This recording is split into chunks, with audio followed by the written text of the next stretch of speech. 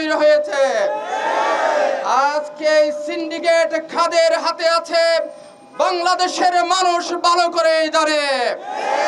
আমরা বলতে চাই, আজকে সিন্ডিকেট বন্ধ হয় নাই, শুধুমাত্র হাতের পরিবর্তন হয়েছে।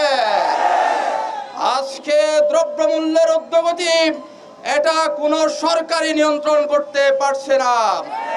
আমরা বলবো, এই রমজান মাসকে সামনে রেখে দ্রব্যমূল্য নিয়ন্ত্রণ করতে হবে। আজকে দিনের পর দিন আজকে চাঁদাবাদীদের প্রকাশ্য আমরা দেখতে পাচ্ছি।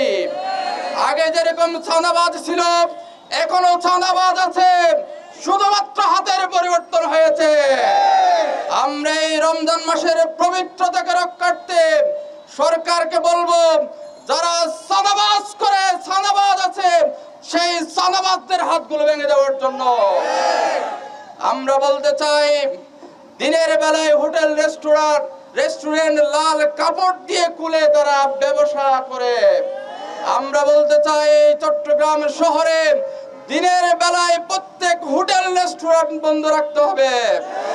রমজানের পবিত্রতাকে রক্ষা করে প্রত্যেক সিনেমা হল বন্ধ করতে হবে। বেহায়াপনা, বেলাল্লাপনা, অপসংস্কৃতি এই রমজান মাসে পরিপূর্ণ বন্ধ রাখতে হবে।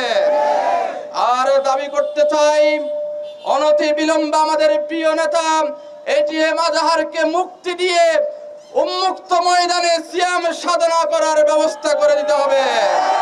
আমরা সরকারকে বলতে চাই, আইন শৃঙ্খলা পরিস্থিতি সুশৃঙ্খলে রেখে এই মাসটাকে সিয়াম সাধনার জন্য প্রত্যেক মুসলমানদের জন্য পরিবেশ করে দিতে হবে।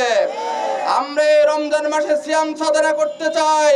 আমরা রাজপথে এসে কোনো দাবি দেওয়ার জন্য আমরা আন্দোলন করতে চাই না।